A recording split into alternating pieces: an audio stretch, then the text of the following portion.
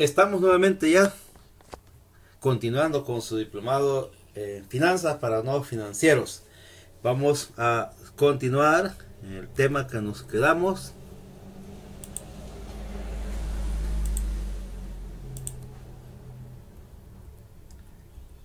Y hoy vamos a ver los tipos de empresas. Hay dos tipos de empresas, dos clases de empresas. Aquellas que son de una persona natural y aquellas que son empresas de una persona jurídica.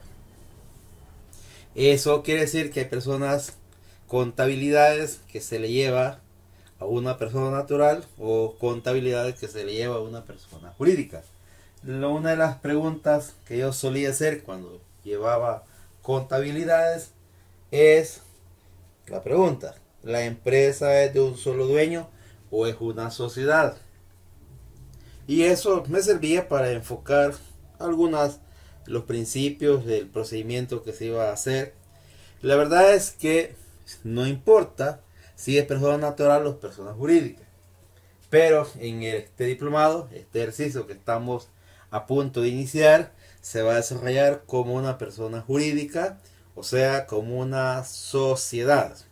Así que vamos a olvidar a las personas naturales, aunque algunas llevan contabilidad o están obligadas a llevar contabilidad, pero vamos a enfocarnos a las personas jurídicas. Si hablamos de personas jurídicas, estamos hablando de sociedades o de contabilidad de sociedades. Hablando de sociedades, tenemos dos clases de sociedades: las de hecho y las de derecho. Cuando decimos sociedades de hecho, estamos diciendo que son empresas o sociedades que no están legalizadas.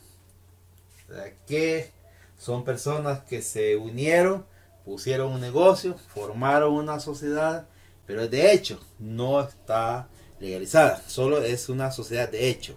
Usted, o sí, usted podría formar una sociedad con un amigo, con un vecino, compañero de trabajo, y no hacer ninguna documentación, no hacer escritura de constitución. Si hicieran un negocio en sociedad y no hicieran ninguna escritura de constitución, estarían haciendo una sociedad. Las sociedades existen y el fisco le cobra impuestos y tiene responsabilidades y obligaciones, pero obvio está violando algunos artículos de la ley y por lo tanto pues es una sociedad irregular, es una sociedad de hecho. En este diplomado vamos a hablar de las sociedades de derecho, aquellas que han llenado todo el procedimiento conforme a la ley, se han constituido, se han formalizado, están debidamente registradas y obviamente llevan su contabilidad. ¿Por qué lo vamos a hacer así?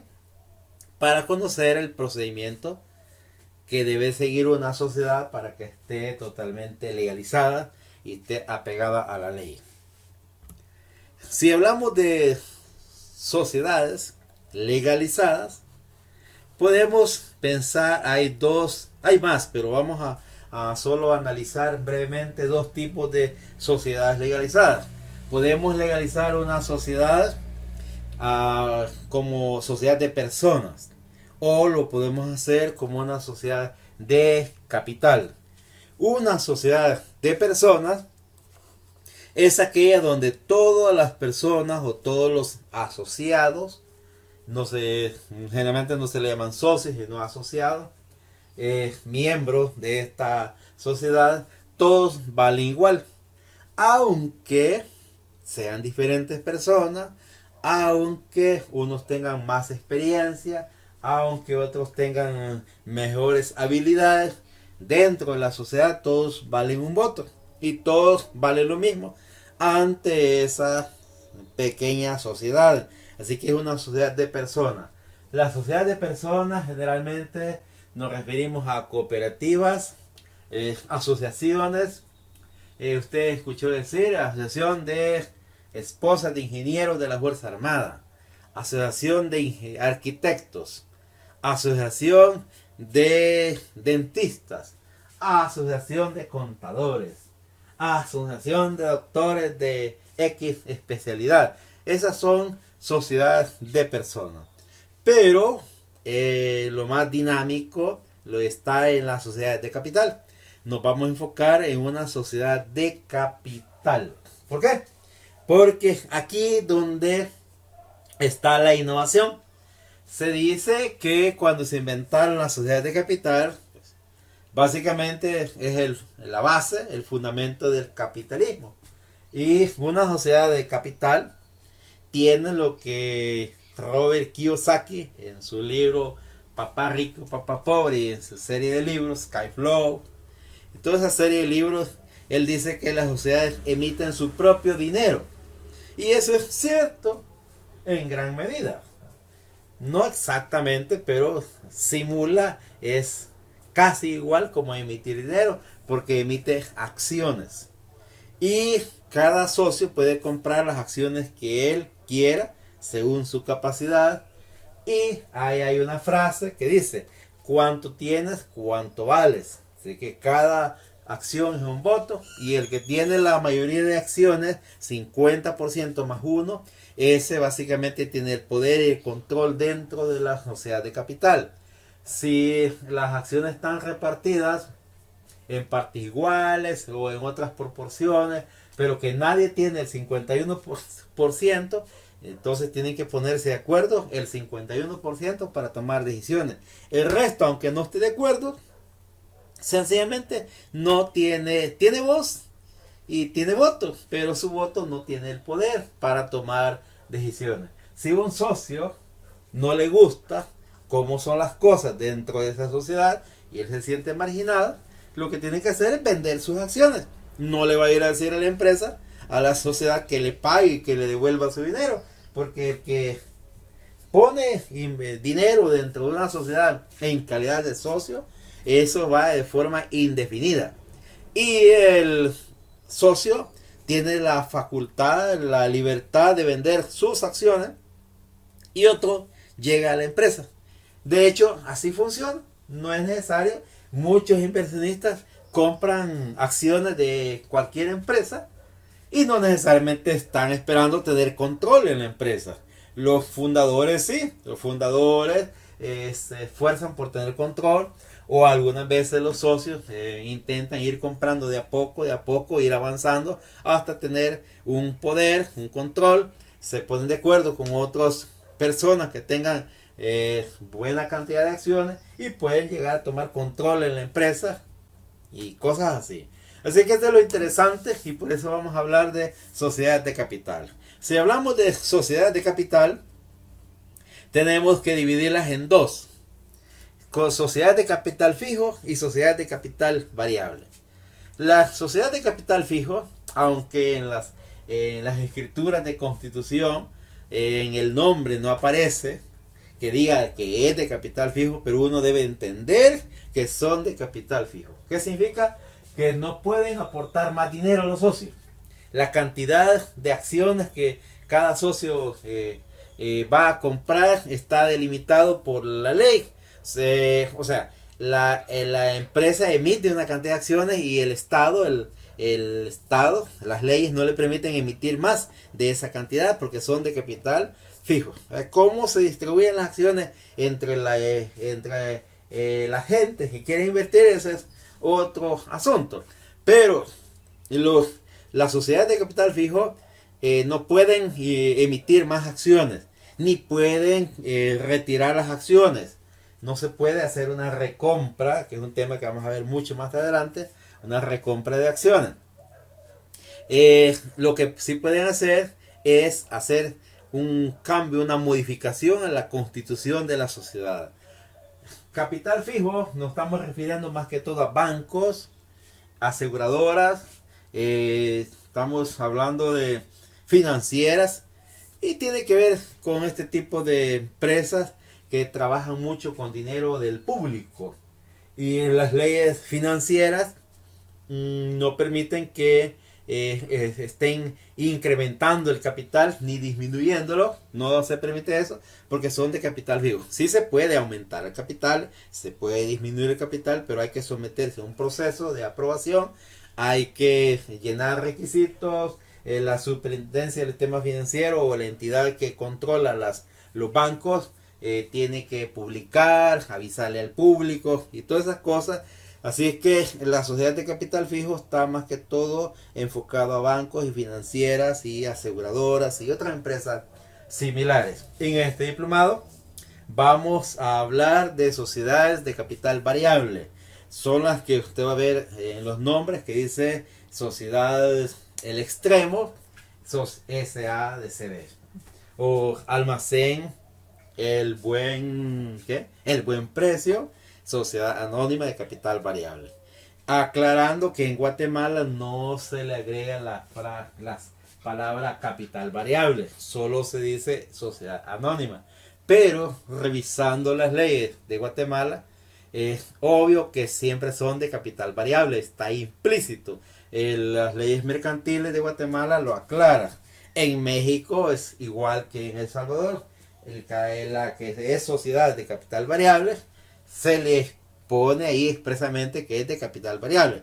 Así que la diferencia está en que las sociedades de capital variable pueden incrementar más acciones, pueden vender y no necesitan pedirle permiso al Estado. Solo a hacer un punto de acta, reunirse de todos los socios, acordar que se va a incrementar y puede ir incrementando, vendiendo más acciones, recapitalizando las utilidades convertirlas en más acciones, y esos procesos los vamos a ver, pero no hoy, no en este momento, porque lo que menos quiero es que usted se vaya a estresar, solo vaya tomando las ideas básicas, la lógica, y luego vendrán los ejercicios con balances, libros, partidas, análisis financiero y todas esas cosas. Pero por de pronto usted no se me preocupe, solamente aclarando el punto que la clase está enfocada en sociedades anónimas de capital variable, y lo hago así porque usted está rodeado más que todo de sociedades anónimas de capital variable.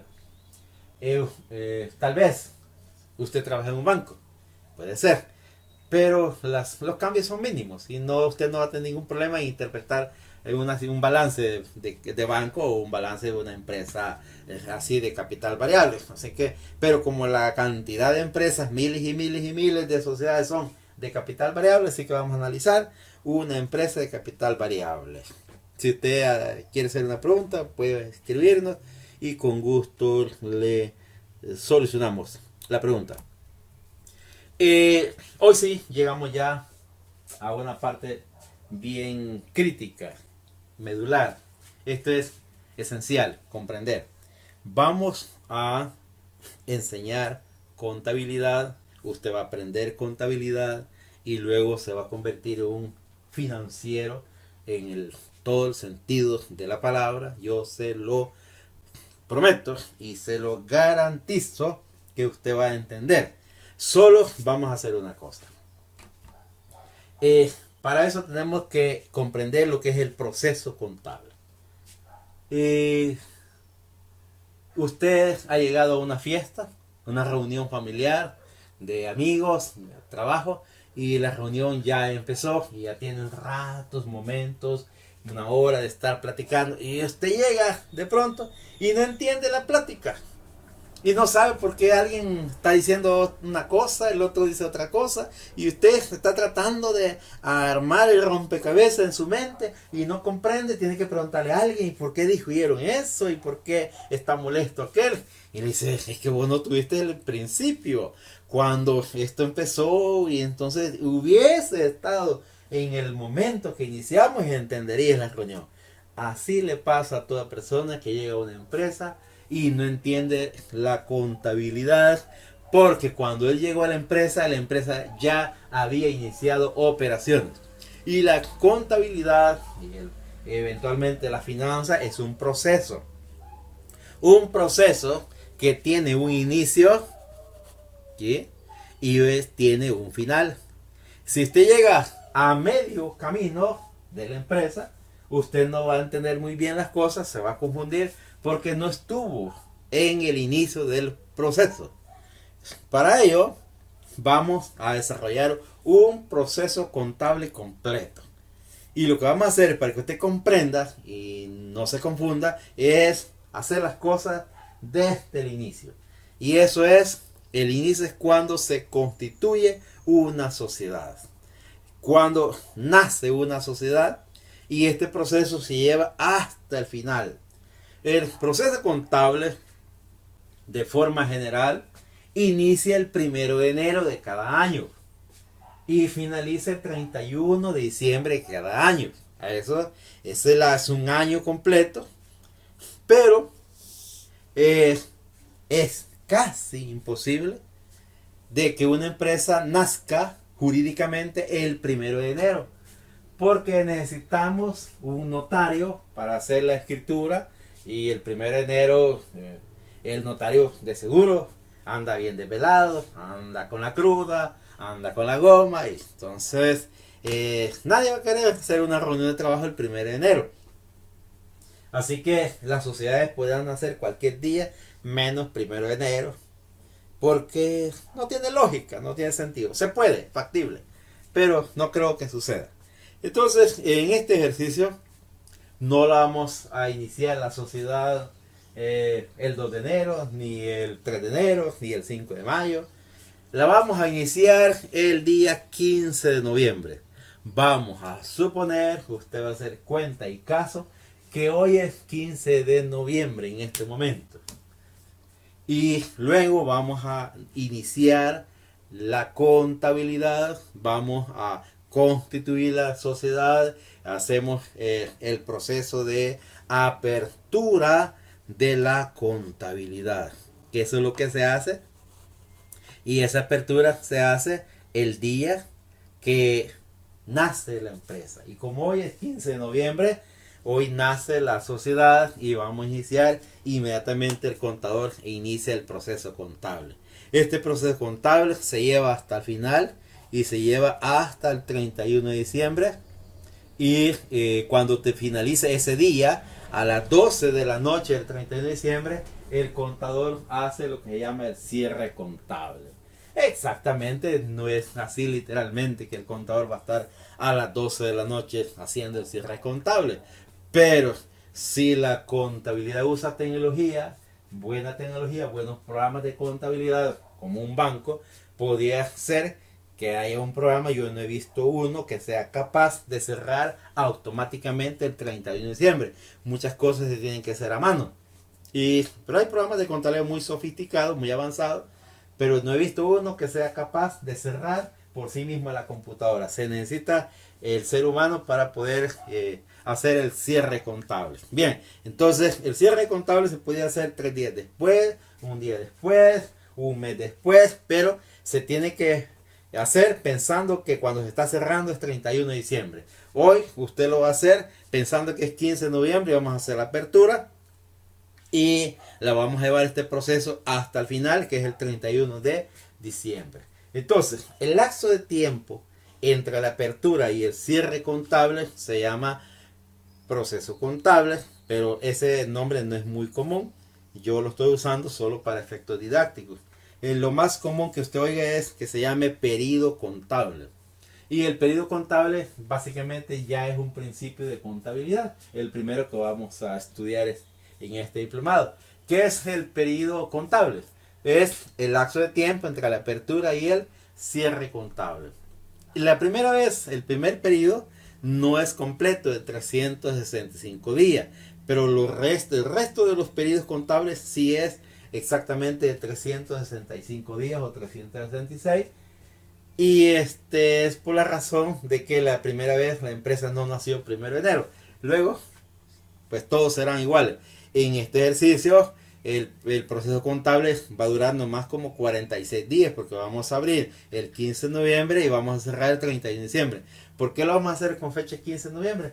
Porque se llevaría demasiado tiempo hacer 12 balances en el año. Hacer este proceso durante un año sería muy tedioso, muy tardado para usted. Una persona muy ocupada, necesita aprender rápido, así que basta hacer desde noviembre a diciembre. Usted va a aprender todo cómo funciona el proceso contable, la contabilidad, y luego hacemos análisis financiero y todo eso, todas esas cosas. Entonces, el periodo contable, un principio, establece que la vida de la empresa se mide por periodos, se mide por años. Este es un buen principio, porque cuando vamos a hacer análisis financiero, usted no va a analizar la empresa toda desde que nació hasta el presente. Usted va a analizar años, periodos de tiempo nada más. No es lo mismo como cuando usted analiza una persona y le va a hacer un perfil, le va a psicoanalizar y dice, ¿y qué te merece, qué opinión te merece, Julián? Tal? Pues esa persona es un engreído, es un petulante, es un pesado. Pues esa persona es una persona muy divina, esa persona se lleva bien con los demás, es muy amable, muy sincera. Usted está analizando a la persona como que todo el tiempo juega igual, ignorando que la persona ha cambiado en el tiempo o que podría cambiar en el tiempo. Entonces las empresas, usted no puede decir que la empresa es buena o la empresa es mala. No hay empresas buenas ni empresas malas. Lo que hay son periodos buenos y periodos malos. El tiempo de la vaca gorda y el tiempo de la vaca flaca. Usted va a analizar periodos, años. Así que vamos a decir, ¿y cómo fue la venta del año 2016? Bueno, excelente. ¿Y cómo van la rentabilidad en el 2018? Pues han bajado un poco, pero estamos dentro del margen todavía. Los pronósticos nos están dando, pero vamos bien todavía. Los analistas financieros creen todavía en el futuro de la empresa. Así que siempre vamos a hacer referencia a un año específico. Luego, los contadores también le llamamos al periodo contable, decimos ejercicio económico. Es lo mismo, es decir, 1 de enero al 31 de diciembre. El Ministerio de Hacienda, el SAT, el Fisco, le llama año fiscal. Ellos se refieren a ese tiempo como año fiscal porque ellos lo ven desde la óptica de los impuestos, del fisco, el que cobra los impuestos. Pero se está refiriendo exactamente a lo mismo. En Estados Unidos hay una variable porque el año fiscal o el ejercicio económico a veces no cierra justamente como el calendario de 1 de enero a 31 de diciembre. Ahí hay otras flexibilidades, creo, en cuanto a las fechas de cierre de la contabilidad del periodo contable. Pero si lo vemos en el contexto de Latinoamérica, creo que la mayoría de los países coinciden que el año fiscal inicia el 1 de enero y cierra el 31 de diciembre. También en materia de impuestos se le llama ejercicio de imposición. Es lo mismo, está refiriendo a materia de impuestos. Y los analistas financieros muchas veces le llaman ciclo financiero. Pero este término puede variar un poco. No siempre coincide con el año calendario o con el periodo contable o ejercicio económico. Muchas veces sí. Pero a veces no, porque digamos hay empresas como las agrícolas que el ejercicio económico inicia el 1 de enero, pero el ciclo de siembra empieza el mayo. Y así que el ciclo financiero uno lo define como de mayo a abril. Y entonces también las cuestiones de temporada.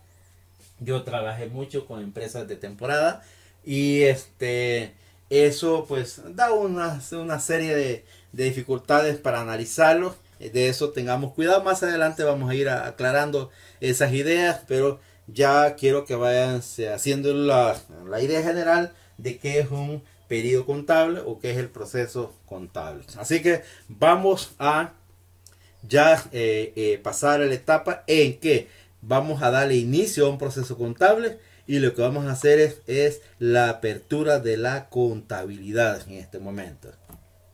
Bien, para hacer la apertura de la contabilidad vamos a dar 3 pasos. Es hacer el balance inicial, vamos a hacer la partida inicial y vamos a registrar la partida inicial. Eso lo vamos a hacer ya en este módulo y en estas clases. Vamos a hacer la apertura de la contabilidad. Y el primer paso es hacer el balance inicial. Bien, entonces, para hacer el balance inicial, usted va a hacer hoy su primer balance. Pero como es la primera vez que lo va a hacer, su primera experiencia, yo no quiero que sea una experiencia traumática, dolorosa, aburrida. Entonces tiene que disfrutar este proceso. Así que para que si usted es primera vez que estudia finanzas o está iniciando de nuevo el aprendizaje de las finanzas, vamos a definir qué es un balance. Antes de hacerlo, vamos a definir qué es un balance. ¿Qué es un balance? Bueno, hubo un concepto que encontré una vez hace años en un libro que lo perdí lastimosamente. Decía que es una fotografía de una empresa en un momento determinado. La fotografía de una empresa en un momento determinado. Quizás usted no sabe qué es un balance, no entiende muy bien los balances, pero entiende que es una fotografía. ¿Qué es una fotografía? Si estuviéramos en forma presencial, usted podría contestarme en este momento, pero habría otras limitaciones muy grandes que están superadas en esta modalidad online. De todas maneras, yo sé las respuestas que usted tiene. Y usted sabe que una fotografía es un recuerdo, es una imagen para recordar cómo éramos, porque la fotografía siempre le muestra el pasado, nunca le va a mostrar el futuro. Hoy la tomó y 2 segundos después ese ya es el pasado. Entonces usted tiene un álbum de fotografías, tiene un álbum familiar. Antes los había. Hoy no sé cómo hacen los álbumes las personas, si abren una carpeta en la computadora, pero antes teníamos álbumes y imprimíamos la foto, la mandábamos a revelar. Y entonces los álbumes que yo tengo de familia, o usted tiene, usted lo ordena cronológicamente. O sea, tienes lo primero, si usted tiene un álbum de una persona, digamos que una persona que se va a casar. Generalmente se le hace a las señoritas cuando van a casarse, se les hace en la primera página, se les pone cuando están bebitas, nenitas, están tiernas y acaban de nacer.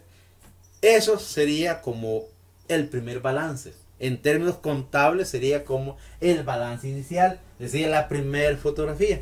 En un balance inicial usted lo que va a ver es tal como era la empresa en el momento de constituirse la sociedad.